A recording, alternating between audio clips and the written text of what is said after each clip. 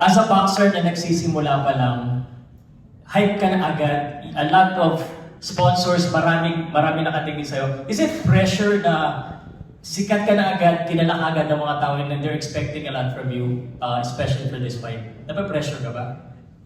Siyempre, unang-una po, hindi naman ganun ka-pressure sa akin yung ganung bagay po. Kasi talagang pagdadaanan po talaga natin yung mga bagay na yun. Kaya ngayon, relax lang ako, then focus sa fight, then let's get it on.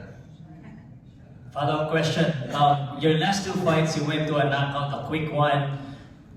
How are you also prepared, and what kind of stamina can we expect? Because again, most of the Filipinos, these are the concern. That's why you got Alex Ariza. Are you prepared to go the full 10, all the rounds dito kay Luis Concepcion? Masasabi ko, yes na yes, Sir Pao. Talagang ready tayo sa stamina natin kasi talagang sa pinagdaanan namin sa training talagang hindi biro, kaya masasabi ko ready kami. Ready sila. Pero ang plano mo ay?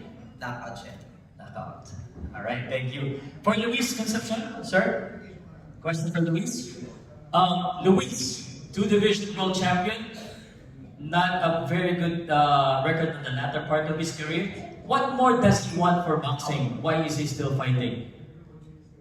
Ok, una pregunta muy interesante dirigida a Luis Enrique Concepción. Él dice que ya tú fuiste campeón mundial en 2 divisiones, pero en la parte muy reciente de tu carrera no has tenido todo el éxito que tuviste al principio.